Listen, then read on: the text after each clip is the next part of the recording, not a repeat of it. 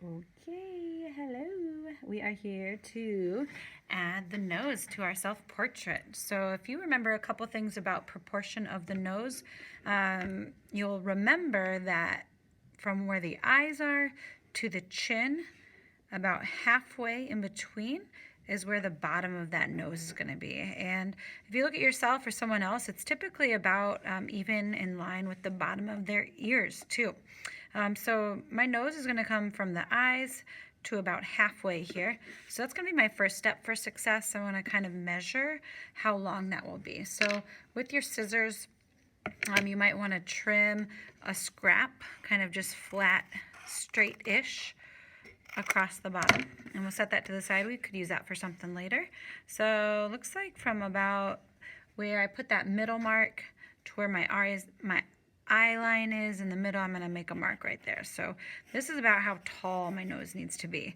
Another tip we learned about our nose, it's about as wide as one of our eyes. Okay, and hopefully we have about that same space in between our eyes. Looks like mine are a little bit too close together. So I can choose if I want to do it as wide as my eye or as wide as that space in between there. I think I'm going to go with that bigger one just to make it a little bit bigger. So I've kind of got this box here that my nose needs to fit in, but not only fit in, it needs to kind of touch the bottom, the sides, and the top so it has the right proportion. Now there's a couple ways that we've learned to draw a nose, and I've kind of discovered the easiest one for me is kind of just to start with that bottom part of the nose and bring it over just for a little nostril. And over here, not a nostril. And then 2 parentheses. So on the left, parenthesis, on the right, a parenthesis. So, you know, it's kind of probably hard to see on this paper, so let me try that again on a scratch piece of paper here. So if I have my box, this is the size that my nose needs to be, how wide and how long, just kind of at the bottom of the nose, a little bit of a curve for a nostril up. Same thing on the other side. I'm going to try and get it symmetrical. So it's the same on both sides. And then I'm going to add parenthesis and another parenthesis. So parentheses would just kind of be like this. You've probably seen that written in a sentence before. So there's my nose. I need to bring it down just a little bit, it looks like.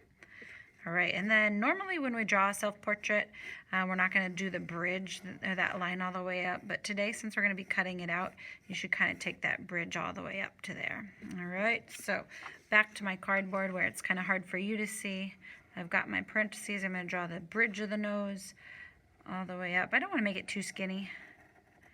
All right, so before you cut that out, I think tracing it with Sharpie would be a good thing. If you want to, before you trace with Sharpie, raise your hand to show me, just so you don't have to start over if it's kind of not quite the right proportion. That's an option for you. Not required, but if you'd like to try that, you can. I think it's easier to trace these with Sharpie before we cut it out. Last time when we did the eyes, I had you trace afterwards, and you know what, when I was doing it, I realized it was a little bit tricky, so sometimes I like to kind of trace it before. All right. Good thing about if you don't really love the first one that you did, you've got some room. You could try again. So we'll cut that out and glue it onto your portrait. And I'm not sure if I should have traced that line there at the top or not.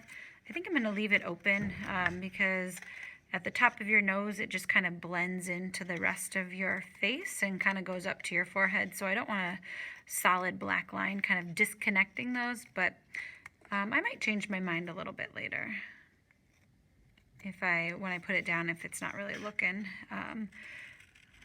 like it's complete. So, all right. Oh yeah, that's pretty cool. Looks good. All right, so you know, I don't like this straight line right here, so I kind of want to go in and do some tight work with my scissors and just kind of maybe not cut exactly to that black line everywhere because I don't want to cut it off. I'm just going to kind of do some close cutting to kind of have it curve with it.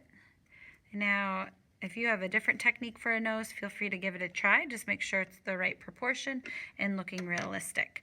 Next, I want to add another layer of dimension on the nose. So I'm going to take more scrap and kind of just make it look like it's popping forward even more. So I'm just going to kind of take and cut a circle or ovalish shape and see if it's too big or too small. Oh yeah, cool. Kind of looks like that. It gives it a little bit more dimension, like it's popping towards you. You know, I think that looks a little bit too big, so I'm gonna try and just kind of trim the edges using my scissors facing away from me and just kind of curving the cardboard a little bit nice and slow. Ooh, yeah, that looks good. And then I might even take it another step further and try another one. This part's optional. If you are happy with the way it looks like that, leave it. If you kind of want to make it look like it's popping up even more and even more, you could probably do this 1 or 2 more times. Ooh, cool. Looks good. I think I want to make it a little bit smaller. That last one I just did. And then I feel like I'm ready to glue.